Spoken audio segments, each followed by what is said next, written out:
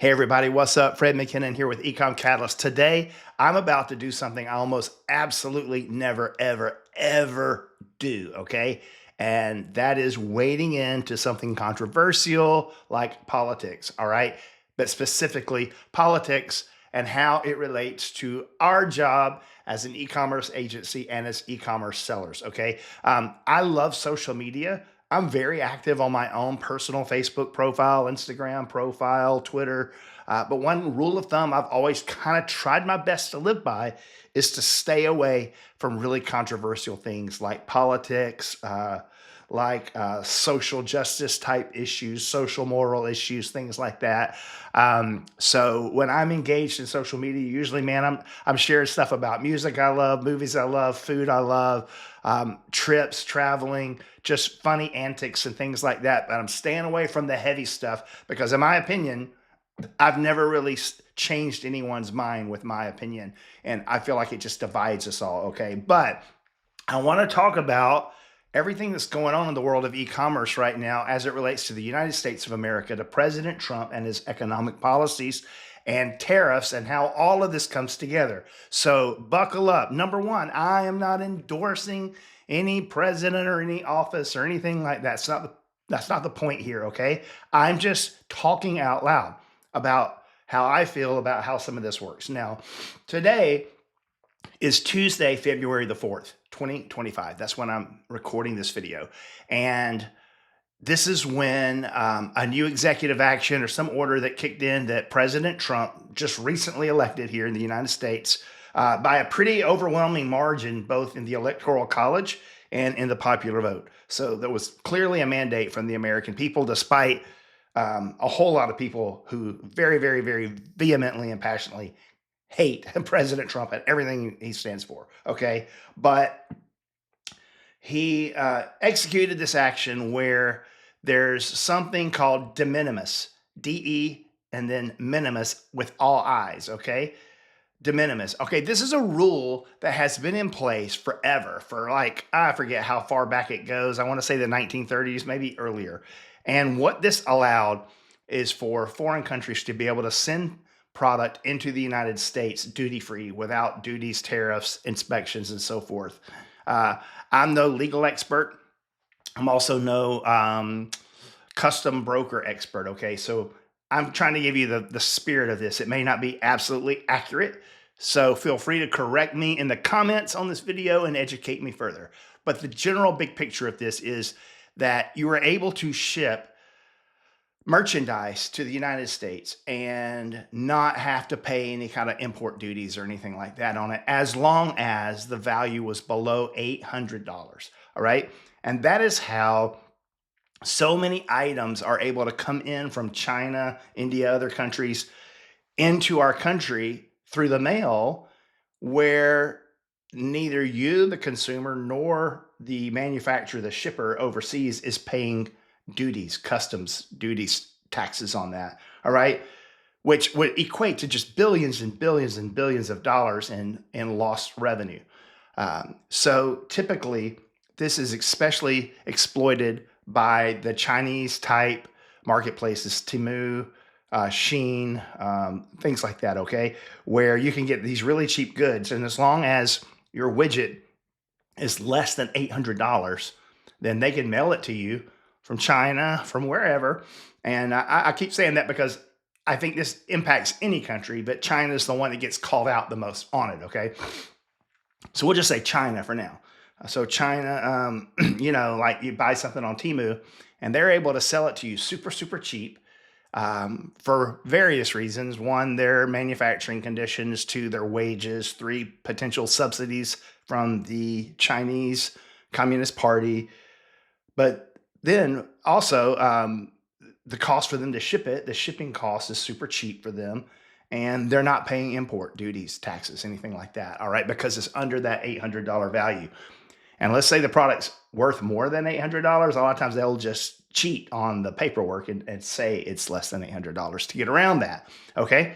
Well, that's supposedly over, like at midnight. It was done. Okay. So now all of a sudden, the de minimis exception is over. It's done. This is something I've been asking for. This is something I've emailed my congressman about numerous times. This is something that I've passionately fought for because it's not fair. It doesn't make sense that TEMU or China or whoever else can mail, let's say, an iPhone case, that they can mail an iPhone case from China through the postal service into the United States, into your mailbox for cheaper than it costs me to literally mail the same thing across the street. First class mail, okay? Huge advantage on the other side. It's not favorable to us as Americans. All right, so if you want to learn more, just Google de minimis exception or de minimis, D-E, and then the word minimis, M-I-N-I-M-I-S. It's all I's. A lot of people spell it with a U in there, de minimis, with the M-U-S. It's actually spelled M-I-S. You'll find it either way. Tons and tons of news and chit chat about that going on right now. All right. But also, and it's all over the big news. I just kind of Googled it, and you can even see here on Newsmax where, it's all going on here. They're talking about how Trump's China tariffs will hurt TEMU and Shein. And if you go back and continue to search Google, you'll find this stuff everywhere. Now, let's talk about the other thing, tariffs. As you have seen, there have been these threats of tariffs. Now, when President Trump was in office before, he instituted a 25% additional tariff on China.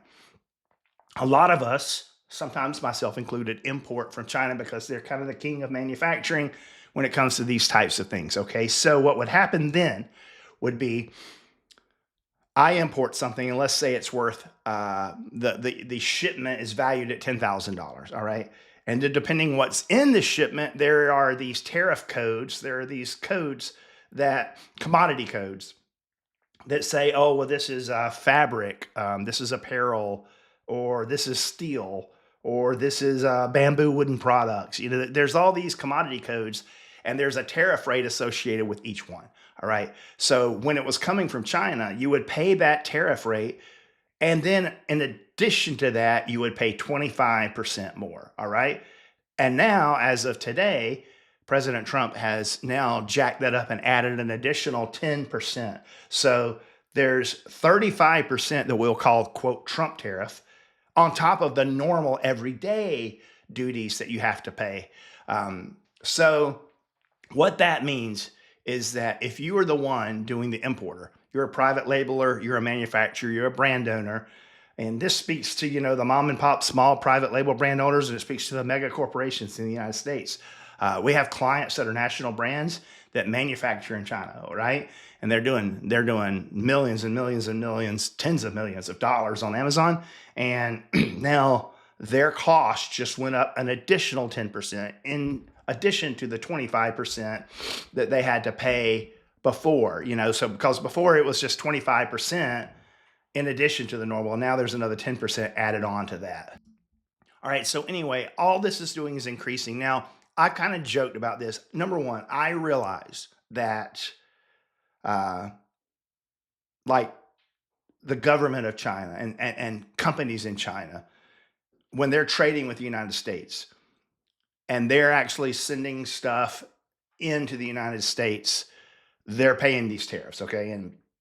But a lot of us are the one paying them when we're the ones doing the importing. So I would always joke that when President Trump gets on TV and says, China has paid billions of dollars in tariffs, I want to throw something at the TV and smack him, right? Because I feel like, no, they didn't. I did. Because when I imported my last 40-foot container of widgets from China, I got a pretty hefty customs bill. That was the normal customs bill plus an additional 25% of Trump duties. On top of that, now there'll be 10% more, okay? So I'm having to pay that. China didn't pay it. I did.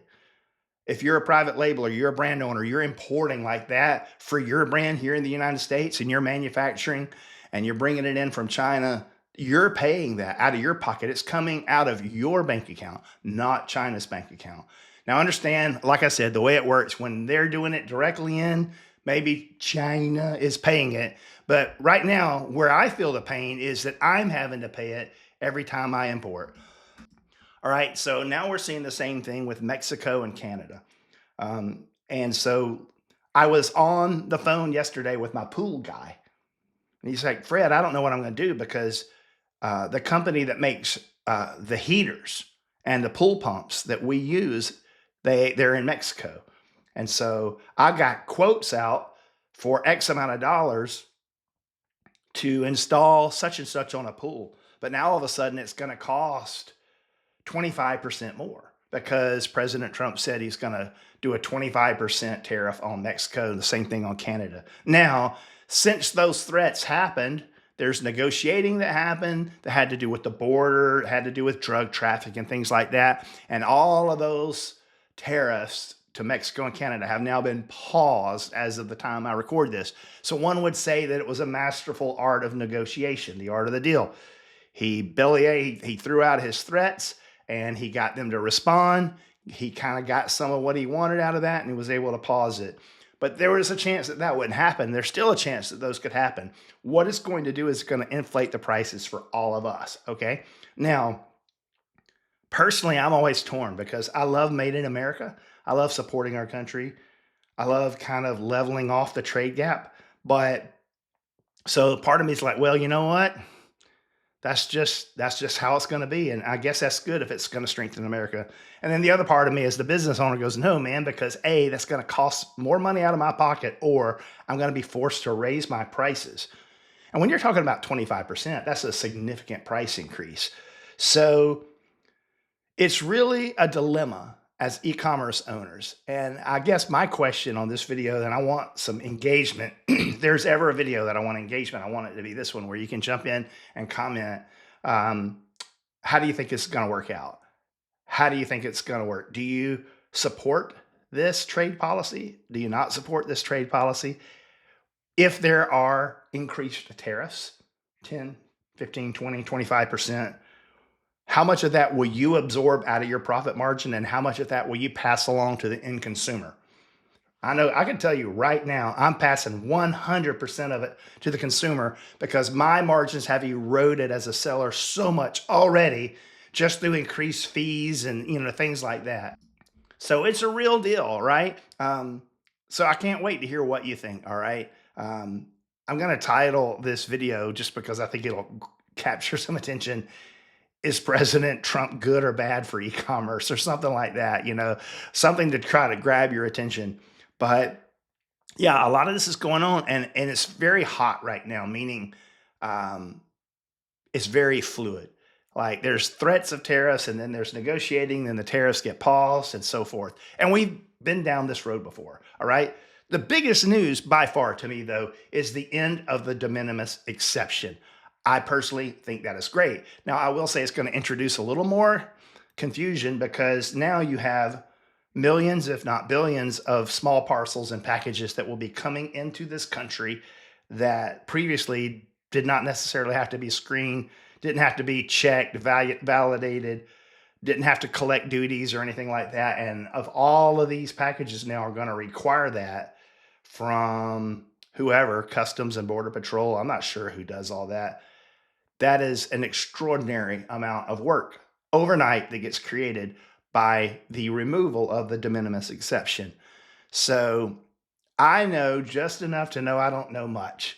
And like I said in the beginning of this video, I don't plan to be an expert on tax law, on tariffs, on imports and customs and duties and all that kind of stuff. I just know at the end of the day how it impacts me as a seller, and I want to know, how does it impact you as a seller? All right, hey, I'm going to upload this thing right away. Not going to send this off to the editor. It's just going to be raw, okay? And let the conversation go. I want to encourage anyone that comments to keep it civil, keep it nice, not judgmental and nasty rhetoric. I'll just delete that crap, okay? It's not what I want on this channel. Just professional civil conversation, factual stuff. If you want to correct something, correct it. Give us a source, help us understand better, but let's hear how things are going for you, how you feel about this.